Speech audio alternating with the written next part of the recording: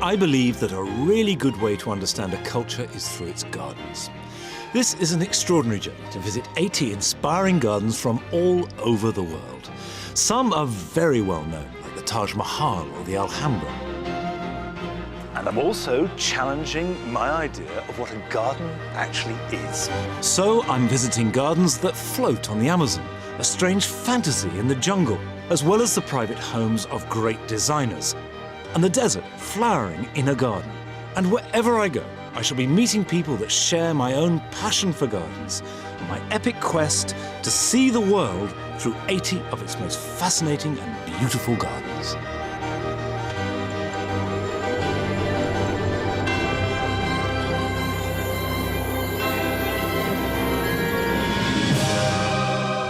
This week, my journey to see the world through its gardens takes me to the Imperial nations of the Far East.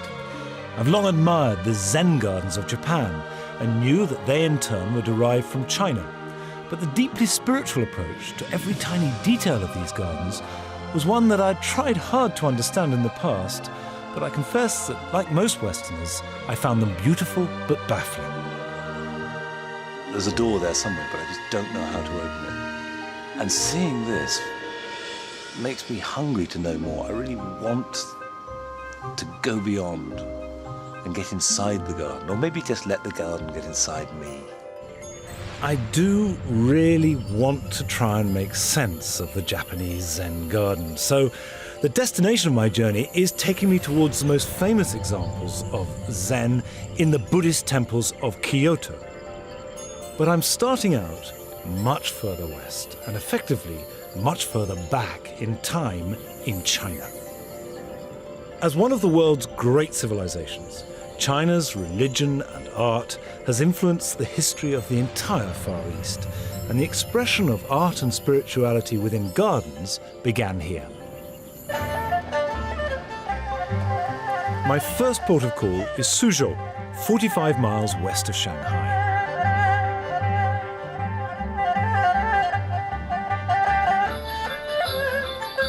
Suzhou is an ancient city, famous for its fine silks and the network of canals built 2 millennia ago to transport them. It also has a reputation for having the finest collection of historic gardens in the whole of China. Suzhou has been an important city in China throughout its long and incredibly complicated history. But it came to prominence in the so-called Spring and Autumn period. That's about 450 years BC. When Confucius was developing Confucianism, a system of thought and behavior that still influences people to this day. And then, 1800 years later, that's about 1400 in our own time, that's during the Ming dynasty, it became particularly known for its gardens. It was during this period that Suzhou was the bureaucratic center for Imperial China, and its gardens flourished.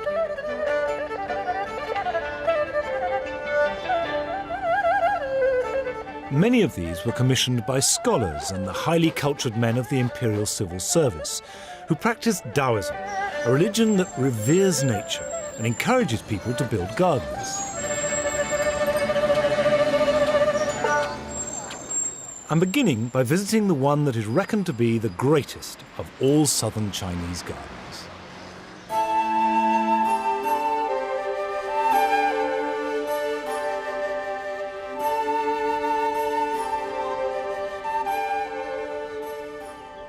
This is the best known and biggest garden in Suzhou.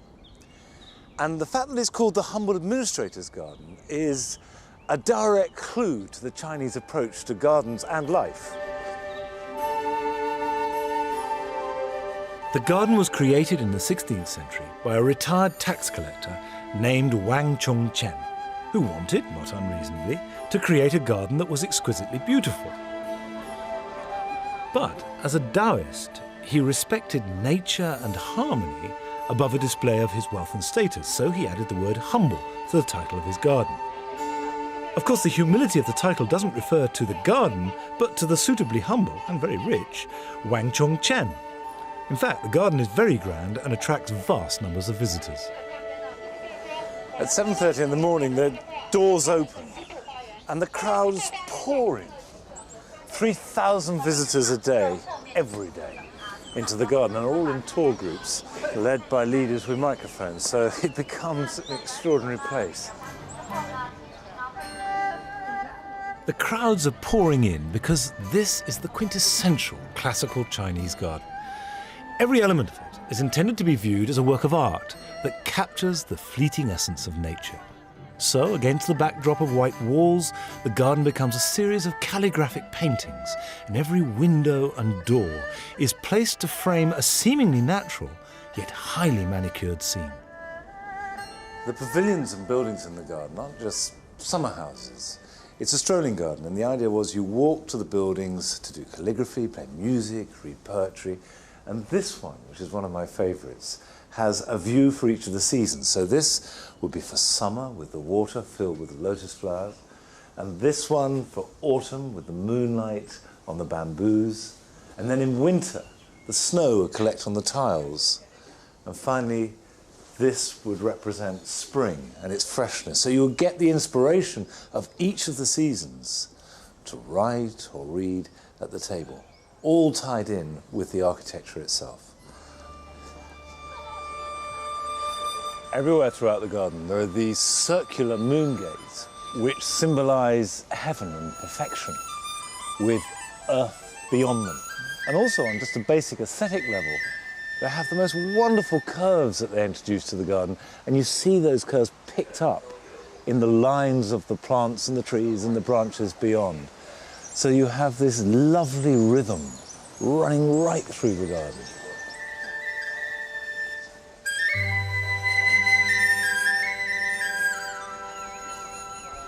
Water is an element that is central to all Chinese gardens, and like Suzhou itself, with its labyrinth of canals, this is a garden of buildings buttressed by water. But plants too play a significant role, although they're invariably loaded with symbolism. There are three plants that the Chinese call the three friends of good character. The pine, because it has strength and is long-lived, the winter plum, because it dares to flower when nothing else will, and the bamboo, because it grows tall, upright, and is steadfast. However, there are far more rocks than plants in the garden. They're mounted on plinths like statues, or presented on tables for close appreciation. The stone here in the humble administrator's garden is clearly really dominant, and most of it is placed in such a way as they occupy the space around them, and they hold great significance and poise, and they clearly are saying something. The trouble is, I don't know what they're saying.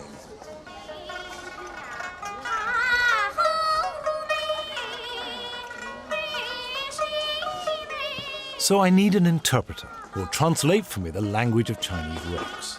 I've arranged to meet Mr. Wei, who will do the rock speak, and Joe, who will do the Chinese part. Between them, they explain to me the significance of stones in the Chinese garden over a glass of tea. If you visit Chinese gardens, you will see rocks everywhere, because the reason for building a garden for Chinese is related to nature. 它就是一个山，就是一座大自然中间的山。 If you look from that direction to here, it's completely just like a mountain shape. Yes. And there are three peaks. Each one of Mr. Wei's rocks sits on its own specially carved pedestal. 就是这个石头呢，我说它也是千姿百态。 The stones only looks like the mountain. There are stones looks like animal, like birds, looks like human being, like people. 这个就是一幅画，这个一个干树上面一只秋天的那种蝉。 Looks like calligraphy. It's just like a painting. Yes. Itself, like a painting. Yes. So it's old trees without leaves. 是一个人物造型。我理解呢，给他起个名字呢，叫西洋人。 So he said that I will make a joke of you guys. I myself give in these stones a name. It's called Westerners. 大鼻子是西方人的特点，你像我们中国人鼻子，西方人像你这鼻子比较高。 The biggest difference between Westerner and Chinese people is the nose. So Westerner has very big nose. 那么他呢，就是像个西方人。 And then the very deep eyes beside. Yes, I can see that. 你要如果觉得不像你们英国人呢，那最起码 Mr. Wei then made what I think was a joke. He said that if it didn't resemble an Englishman, then perhaps it would pass for a German. No, I didn't get it 那么他都 either. 是来自天然。 But what or whoever they look like, these stones are valued because they are completely 绝对 natural. 性的概念。 We want to leave some space for the imaginations. That's a Chinese thinking of beauty, not clear. They don't let you see all the things in one time.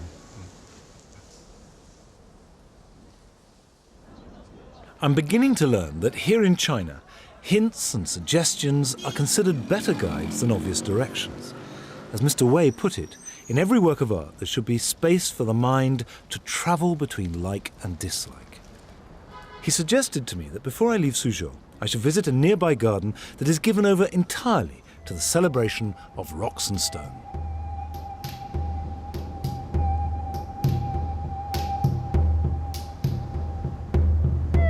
The Lion Grove Garden was built in 1342 and is the oldest Buddhist temple garden in Suzhou. Once inside the main gate, I then enter a series of small courtyards amongst beautiful buildings, filled with works celebrating the natural world in every guise.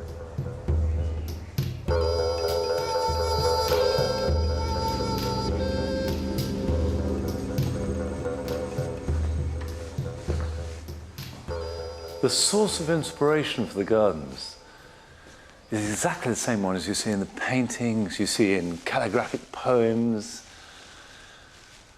It's always the countryside, the natural, the trees, just, and of course brilliantly, just slices of tree. And then here, amazingly, is probably the most valuable thing of the lot, which is just a slab of marble. But it's revered because it looks like the watercolor of mountains. And that actually, to me, makes more sense than anything else, because you realize that this happy accident of things that are just hinted at, that makes sense to me of the gardens and of paintings. And then this marvelous, fantastic panel, just of the tops of trees. In true Chinese oblique fashion, the Lion Grove Garden was originally created to look like a mountain that looked like a lion. Gnarled, pitted and contorted rocks pile on top of each other, and every one is supposed to resemble a lion or some part of its anatomy, although at times I had to peer very hard to see a likeness. Now, what I'm supposed to do to get the most out of this garden is to let myself go, to try and lose myself in it. And I think that's meant literally, so that gradually you get confused, you feel lost, displaced, disorientated, and then when your self disappears, you become one with nature. And that way the garden will reveal itself as a spiritual experience. The crowds and the noise are fairly unspiritual, but I'll give it a go.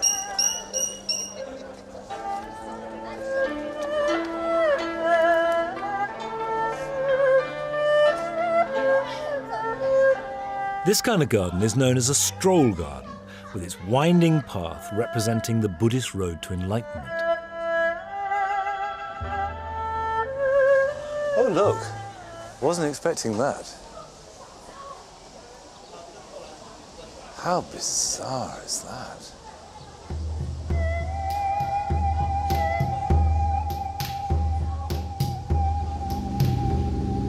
This deeply surreal landscape is made from limestone dredged from the bottom of a local lake and was created by a Buddhist monk whose teacher, according to Mr. Wei, who told me the story, rode a lion to the site of the garden where it promptly lay down and refused to move. Then it shook its mane and the hairs flew out, and when they touched the ground, each one turned into a lion cub. And the monks felt that this was a very auspicious thing, so they created this Lion's Grove garden with all these lions growing out of the stone to celebrate that.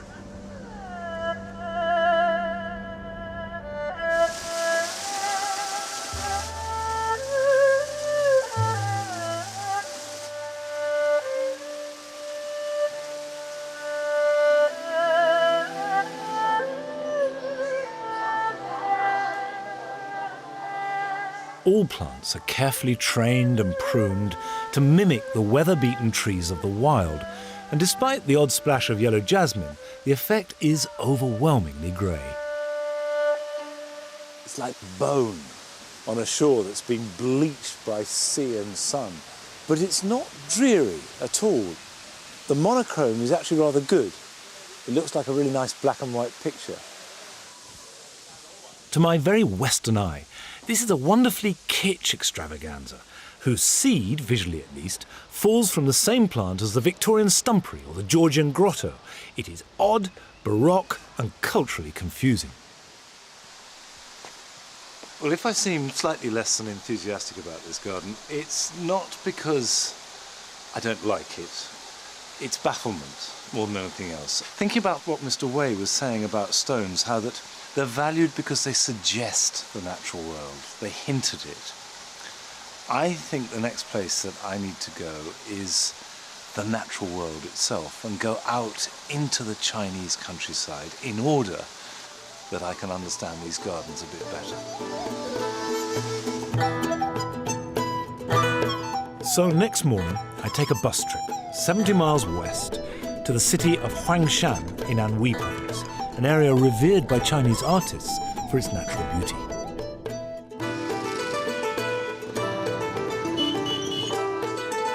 I visit the old neighbourhood of Tongxi and meet up with a local guide named Johnson, who told me that the area is famous for its calligraphers and watercolour painters. He introduces me to a highly acclaimed local artist whose work is directly inspired by the same landscape that I've come to see.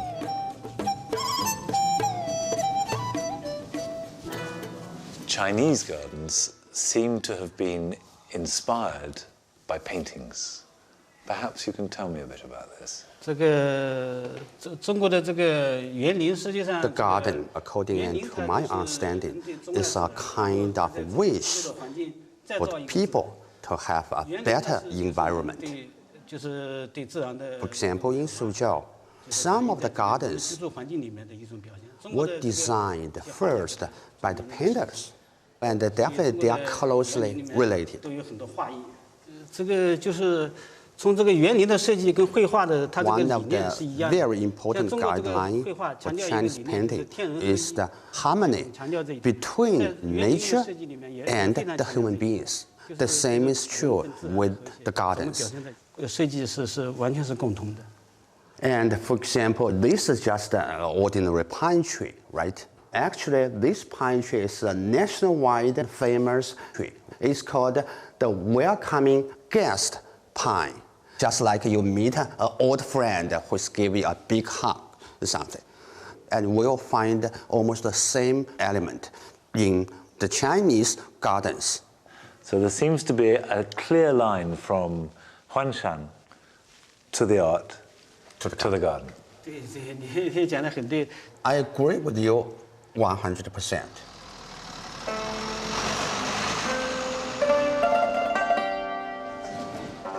So if the ancient gardens were inspired by even older paintings of a particular landscape that remains a profound inspiration to artists to the present day, I had to go and see it for myself. These are the Yellow Mountains, arranged with 77 peaks in its 60 square miles. It is amazing. You see the way the trees are growing out of solid rock. If you look at that tree, that looks exactly like the trees pruned in the gardens in Suzhou. That is the effect that they're going for, and with such art and care, reproducing. That explains everything.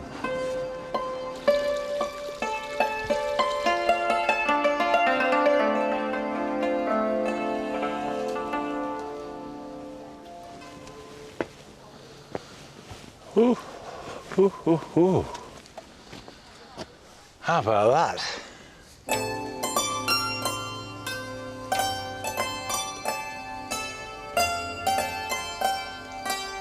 That's as staggering a piece of landscape as I've ever seen in my life. You see the paintings and you see the gardens, and they seem to be a caricature almost. Almost a cartoon image of mountains. And you realise that you haven't seen the half of it. That's it. Blimey, blimey, blimey. This pine is the welcome pine that's in Mr. Yu's painting. In fact, this seam of the steps going up is exactly what he's painted. And I honestly think if you want to understand the gardens, you've got to come here, which makes it a bit tricky for the average garden visitor, but that's the way it has to be, I think.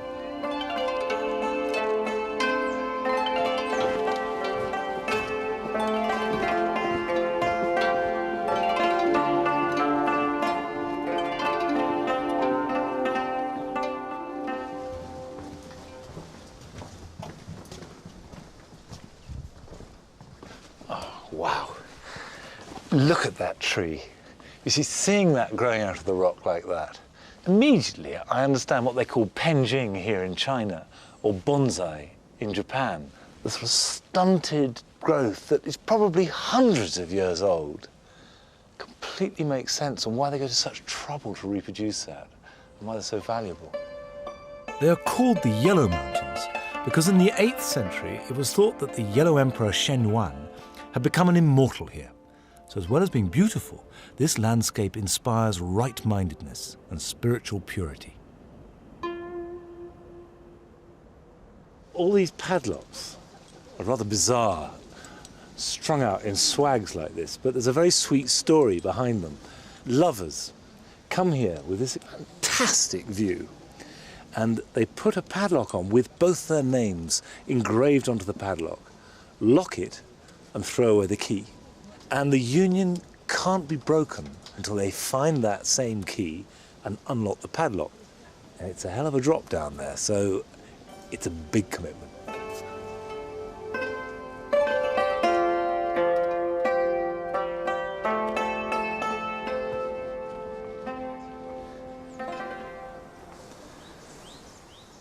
When you come up here and see this for yourself, you realize instantly why this has had such a profound influence on Chinese art and culture. To look back up at the mountains and know this is here would be like treasure. And you'd want to capture it, you'd want to paint it all your life, you'd want to make a garden that held that secret of this place, because it is magical. I've never seen anything like it on this planet.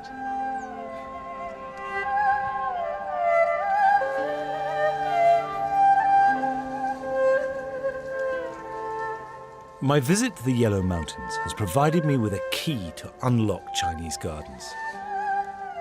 And now, before I go on to my destination in Japan, I want to visit perhaps the grandest of them all. So I head north to the Chinese capital, Beijing.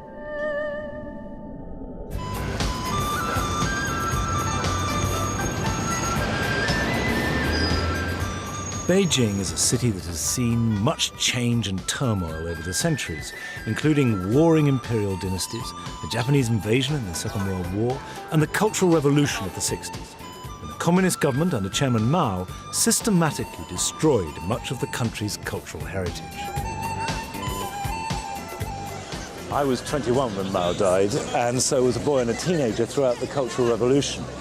And the thought of visiting China then was impossible. It was so remote and rather a frightening, hostile place. And although it's 30 years ago now, it seems like yesterday. So just to be here is astonishing. Today, China is going through a very different cultural revolution, one of intense industrialization and massive economic growth. With the city hosting the 2008 Olympics, the entire country has become much more accessible for tourists. And this is why I can easily come here to visit one of China's most spectacular gardens.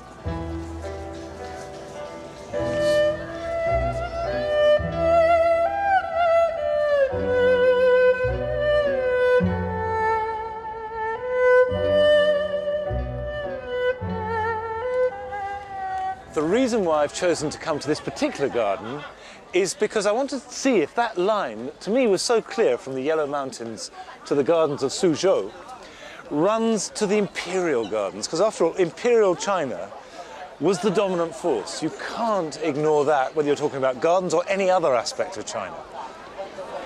And in fact, come through the gate, the first thing I see is a rock with pine branches coming down.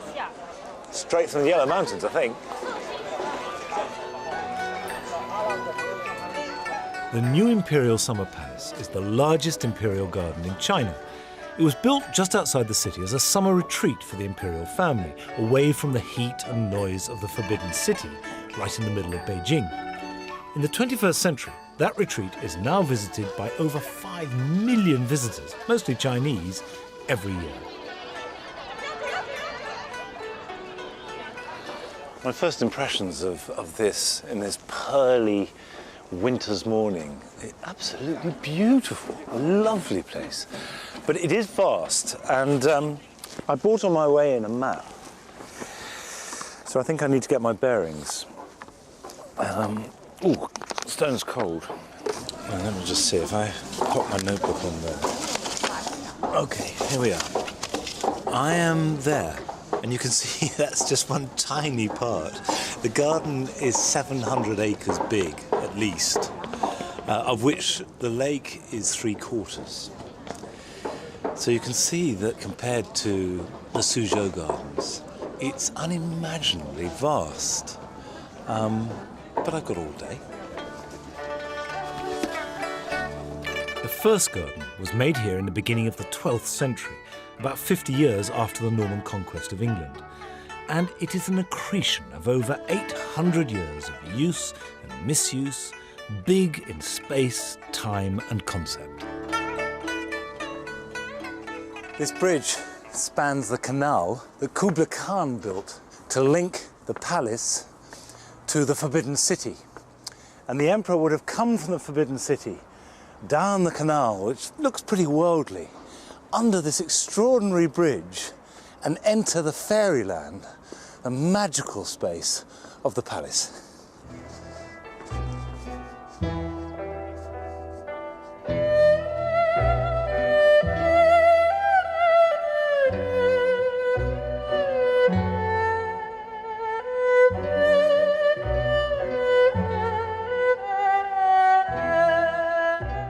Like the gardens of Suzhou, the Summer Palace was built on Buddhist and Taoist beliefs. But everything here is on an almost unimaginably grand scale, especially the lake. This was enlarged in the Qing dynasty, around about 1750, by the Emperor Qianlong, and he employed 10,000 labourers to dig it out and turn it into a peach shape to celebrate his mother's 60th birthday, the peach being a Chinese symbol of longevity.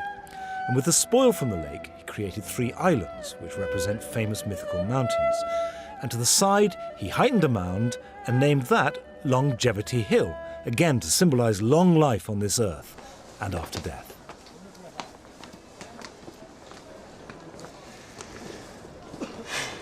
Well, this is it. This is the big viewpoint to see the whole garden, except for the day that I come to see the garden, there's a thick fog. The cold air, thick with pollution, might not have been healthy, but it did give the Summer Palace a ghostly beauty. Sun would have made it all too tangible. What I can't see, I don't know. And what I can see looks exactly like some of the paintings showing the mountains just coming out of the cloud.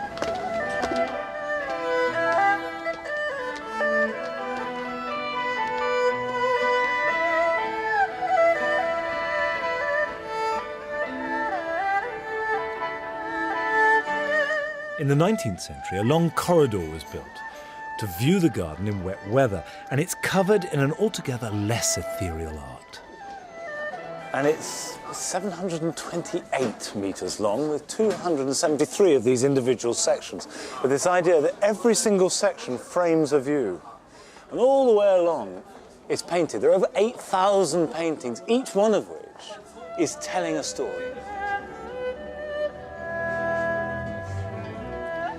Now, clearly, a 700-acre garden can't be encapsulated in a single visit, especially if it's shrouded in enveloping haze.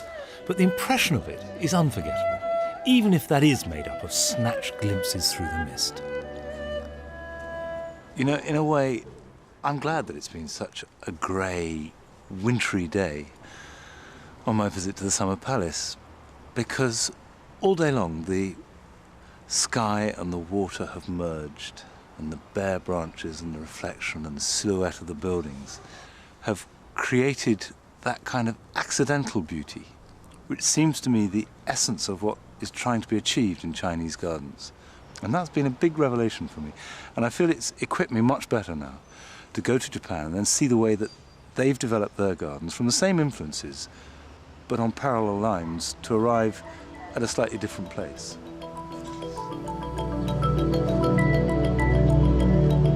So I'm off, heading east this time, bound for Kyoto in Japan to see some of its gardens with the fresh experience of China, hopefully equipping me to come a little closer to the bewildering but beautiful emptiness of Zen.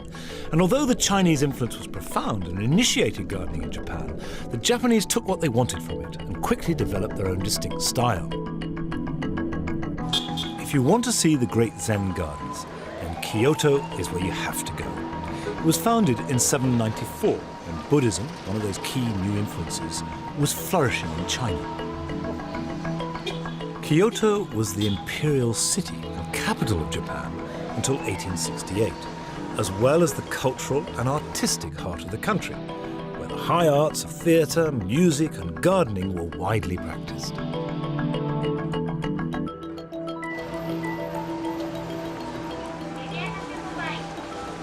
Now, Kyoto is known for its wonderful range of gardens, many of which are genuinely ancient and venerable.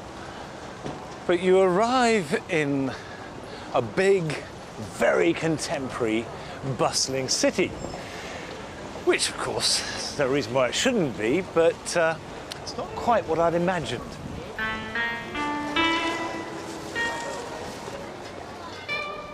However, there are over 2,000 temples and shrines here today, almost all of which have gardens. But in this densely populated city, which is squeezed between the mountains, buildings and gardens are scaled right down. Not an inch of space is wasted, and even the tiniest nooks and crannies are all planted up in exquisite detail. Look at this, a little garden with a pond, look, goldfish. Goldfish in a pond on the street, just outside the shop, and it overflows into the drain. Such attention to detail. It's charming. There are still indications of the Chinese influences everywhere. Pine trees, the Chinese symbol of strength and longevity, are common, pruned and trained to the last pine needle. This pine with its very carefully trained head seems beautiful, but not that significant until you realise that the branch which runs right along the frontage is a welcome branch.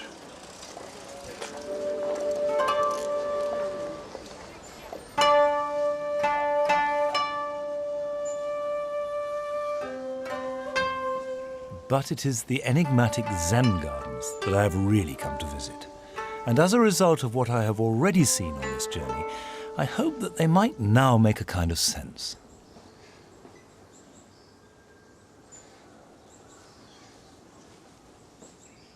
Having seen the Yellow Mountains and having visited China, it's fallen into place. It sounds arrogant to say that I understand it, and I'm not pretending I've had a moment of profound enlightenment, but I feel I don't need to explain it. On one level, these are the Yellow Mountains appearing out of a layer of cloud. And it just captures that essence, that precious, fragile reduction, and so beautifully holds it in space. On another level, I can see that the gravel represents the empty mind, and the stones and the moss as just moments of perception appearing through it, and that's all you can do in life. But in a way, all that intellectualizing doesn't matter. That's not what it's about. It just is. And when you're here, it feels right.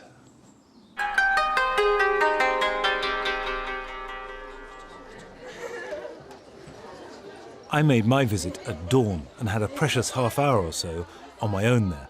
But it wasn't long before the crowds poured in and the spell was broken.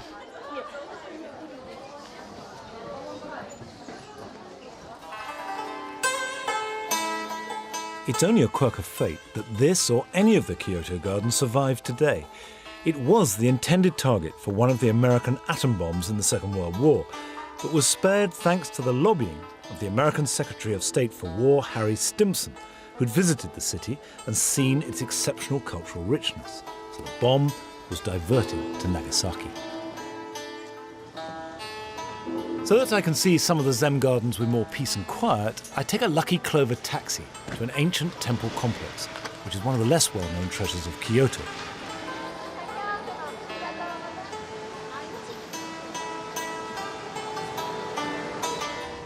Oh, look.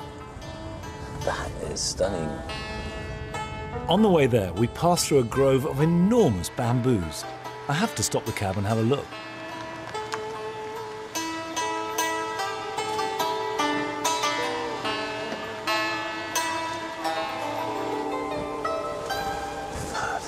So beautiful.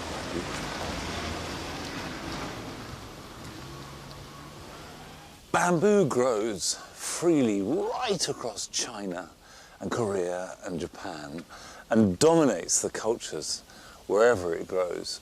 I'm also here in Japan. Now, there are 1,000 different species, and they say in Japan there are 1,000 different uses of it. And certainly you see it everywhere. It's just part of life. It's fencing, it's gutters. Every tree is supported by bamboo, and the tea ceremony has the ladles made out of bamboo. So clearly it's immensely useful, but it's more than that, because it's revered for its qualities of uprightness and steadfastness and strength. So a grove like this, which is obviously very beautiful, is also a place filled with all those qualities. And walking through it, you absorb something.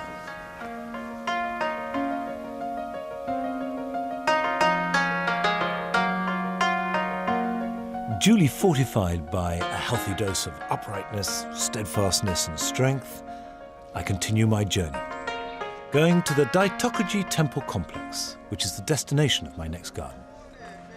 This map gives an idea of the colossal size of the temple complex. If I'm there, all the area with its 24 sub-temples covers the whole of this vast area. These sub-temples contain hundreds of Zen gardens, which were mostly created during the most violent period in Kyoto's history. The first truly Japanese style of garden, the dry garden, were commissioned and occasionally created by the samurai warriors of medieval Japanese society who practiced Zen Buddhism and used the gardens as an aid to contemplation and an expression of Zen enlightenment.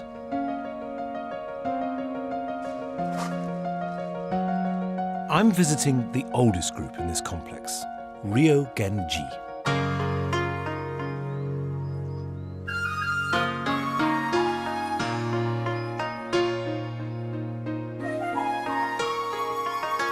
However, my own spiritual journey has to begin by trying to squeeze my size 11 feet into dainty Japanese slippers. That's not going to fit, is it? I think this is the moment for socks.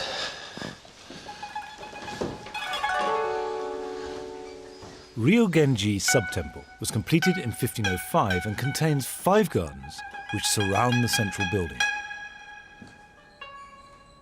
This is Ishidan, the rock garden. And immediately there's that incredible energy created by the gravel that's intended to represent the sea and the rocks rising like islands out of the sea. You can almost feel it bashing and swirling around them. And also these stones, although to us they are very beautiful, they're completely abstract. In fact, they represent the tortoise, and then that group over there with the taller stone is the crane, both of which are symbols of longevity and therefore great good luck.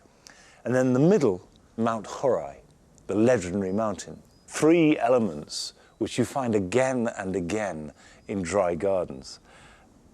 I love it. I absolutely love it.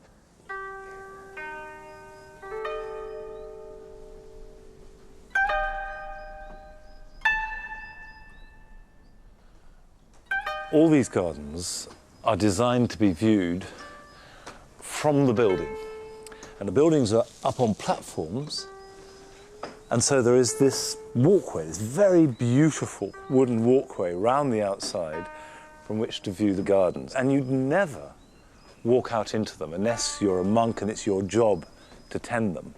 And the word for this style of gardening is karasansui, which literally means a dried up landscape, which of course doesn't mean to say that they only use rock and stone, but there is no water in their element at all. This moss garden has a rock emerging from the centre that represents the sacred mountain of Shumizen, which is the core of the Buddhist universe. So you have this enormous idea, the universe and the sort of vast complexity displayed in a relatively small garden using moss and stone. And in itself, the ambition of that is staggering. These gardens are microcosms of Buddhist philosophy, and the underlying belief is that no matter how big the concept, it can be expressed in a tiny space.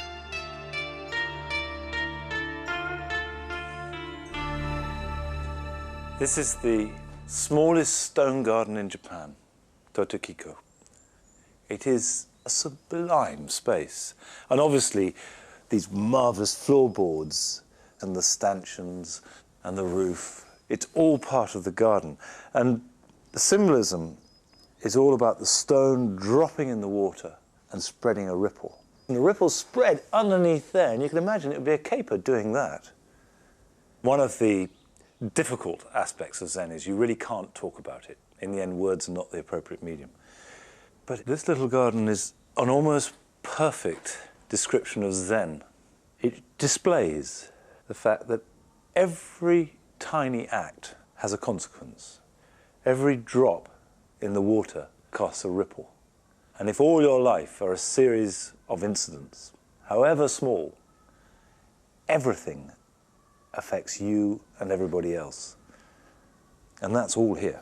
That's all here in this garden.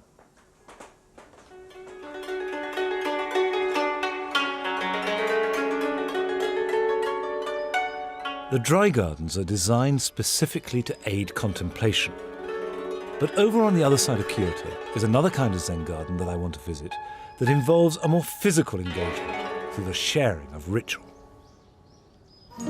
On my way there, I find myself in the middle of Japan's biggest annual horticultural jamboree.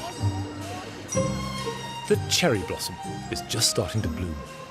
This is a moment of great joy because it signifies the arrival of spring, albeit rather a chilly one, and an optimistic symbol of new beginnings. Hanami means cherry blossom viewing, which is the traditional Japanese celebration of the flowering of the spring season. Hanami has been widely practiced since the 8th century, when Japanese nobles would recite poetry beneath the flowering canopies.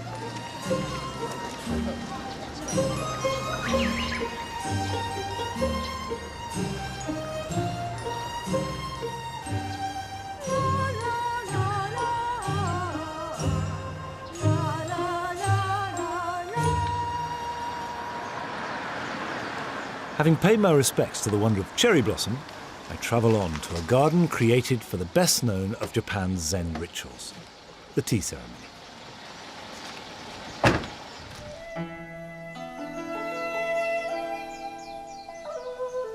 The gardens of the tea ceremony began to appear in Kyoto at the beginning of the peaceful Edo period, which began in 1603.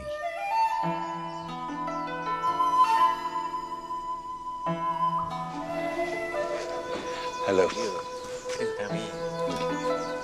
Tea was introduced to Japan from China in the 9th century and was first used in religious rituals in Buddhist monasteries.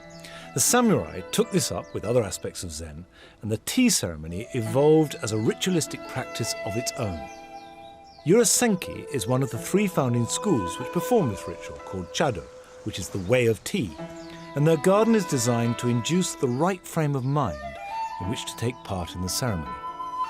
先ほど申し上げたように、露地というのは正常な世界へと自分の汚れを落としていきます。そのためにまず亭主は露地に水を打ちます。これはいわゆる正常な場所であるということの証になります。それとともにもう一つはよくいらしてくださいましたという喜びの気持ち、お招きする喜びの気持ちも表しています。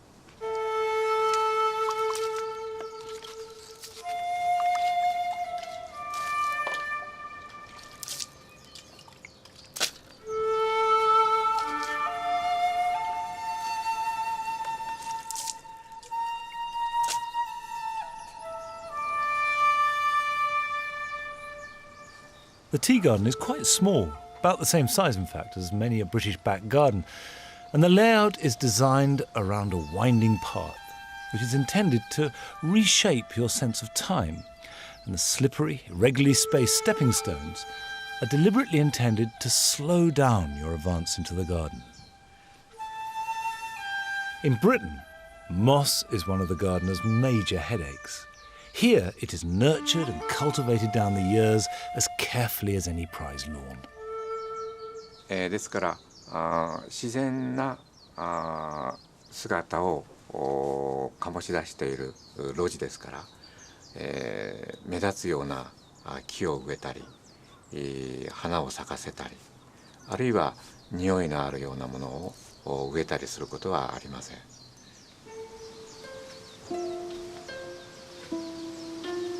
Every tiny detail has meaning.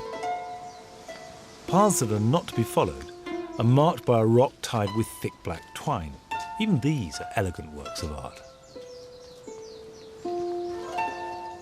The wash basin is for the host and his guests to wash their hands and mouths to purify themselves before entering the tea house.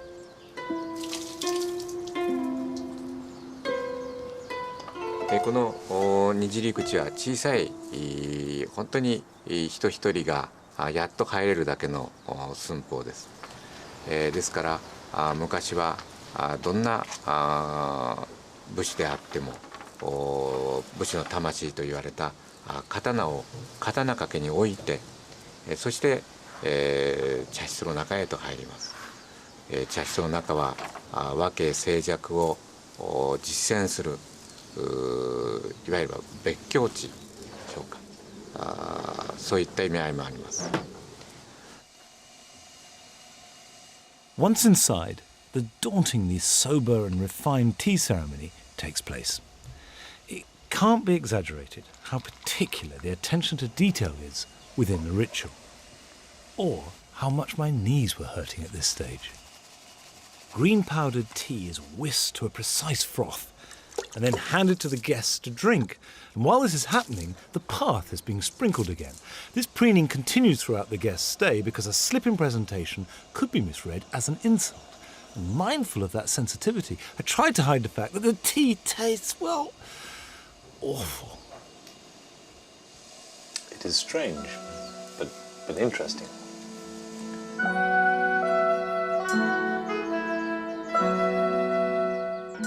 Everything in this garden is controlled and constrained. Every plant is clipped, tied and twisted. Every stone is positioned. But it's as though there's a great tension between the Japanese reverence for ritual and the old and their love of the new and their love of innovation, because of course plants keep growing. They're always renewing themselves. And that tension that you feel, if the pressure was taken off, it would burst apart, is what gives this place, and perhaps Japanese culture, a sort of suppressed energy. It's certainly fascinating.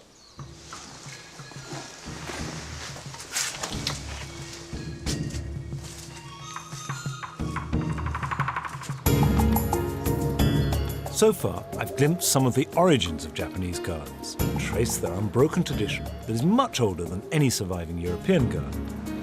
But I would also like to see a modern Zen garden, something that relates to Japan's love of innovation as well as its ancient traditions. I thought this was nice. It is beautiful. In the city centre, I meet up with Yukiko, a Japanese interpreter who says that she will show me a temple that did dare to try something different and modern. But before that, I'm hungry, and as an antidote to the slow ritual of the tea ceremony, we decide to grab some Japanese fast food. That's fabulous. Would you say that this was traditional food? Yes, very traditional. Everybody has it because it's a very easy lunch food. Oh yes, go ahead. How are you And you supposed can slurp it. Oh, okay. And then the you men. have to show masculinity. So you show your masculinity by having a good slurp. That's what I do. They wouldn't go down well with Mrs. Don, I can tell you. I was watching someone the other day, actually. How was that? Slurptastic? That was very good.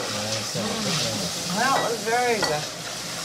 That was very Japanese. It is delicious, and I happily slurp it all. Then we head for a temple garden, where the creator had the courage to break with tradition and modernize the concept of the dry landscape garden. Now, in its time, this was truly revolutionary.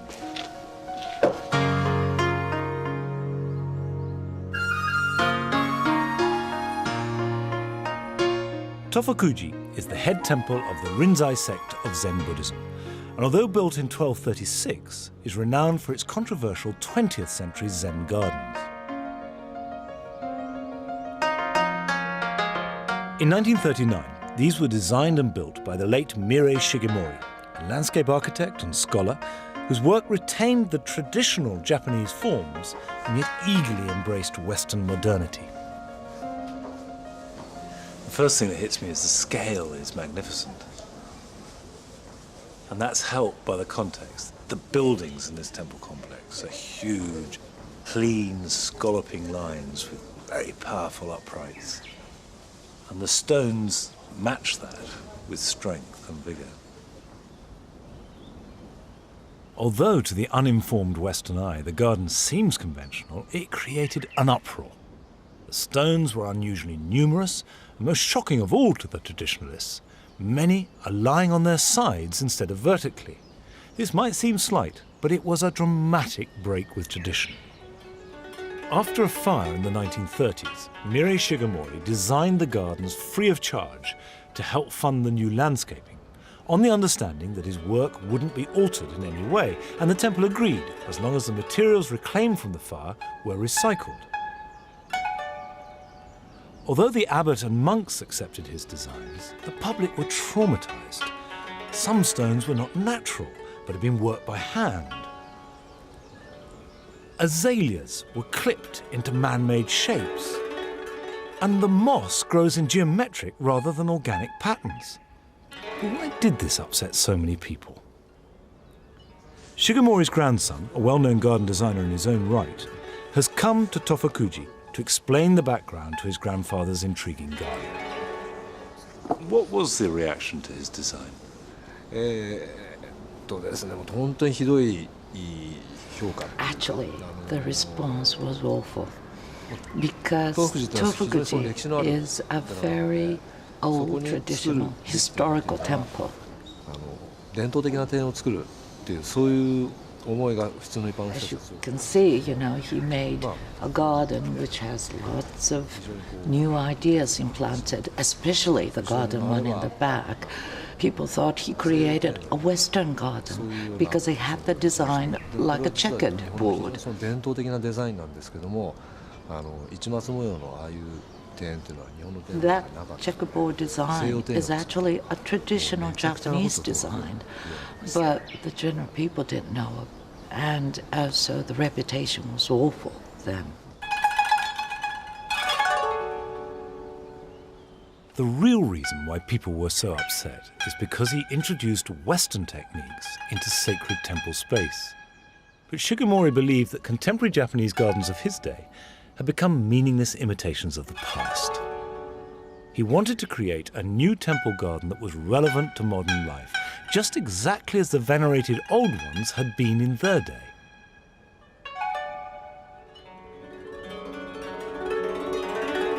You can see why his designs may have been misinterpreted by some Japanese critics as being too Western, which was a terrible rebuke back then. However, this checkerboard pattern is actually traditional, found on kimonos, paper screens and tea houses, and the big symbolic ideas of Zen are still inherent in the design. Which I think is just fabulous. And the squares continue picking up the traditional pattern, which had never been seen in a garden, let alone a temple garden. But gradually, the regularity dissipates.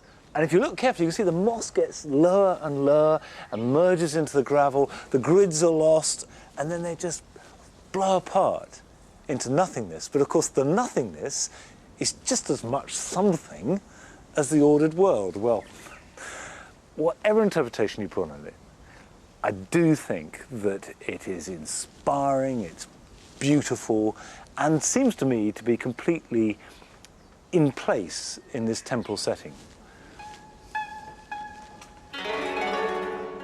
This moss garden effectively broke Japanese garden design free from the shackles of tradition. At first it was considered profoundly shocking, but now is the most famous 20th century Japanese garden. But what of the 21st century? Can you see somebody like your grandfather coming along and designing a garden in a temple that would be as radical and as thought-provoking as this one? それはもう十分やっぱりこれからの時代やっぱり十分考えられることですし、Yes, I think that can happen, and it should happen. というのはこの作品は確かに本当に今見ても非常に Already, this garden here is 70 years. 70 And at that time, it might have been modern and 70年経った contemporary. 現代でこれを抜けないようなその But now, it's 70 years, and things are changing. There's probably new ideas that should be incorporated. 活性化っていうのはやっぱり滞ってしまっているということになりますから。 Unfortunately, there hasn't been anything done so far 立 yet. ってるんですがやっぱりもっともっと新しい形でお寺の中にこう So far, there hasn't been much changes, but it 残念 should ながら happen. 今のところまだちょっとありませんけどね。 Now your turn. Yes, I'll try my best.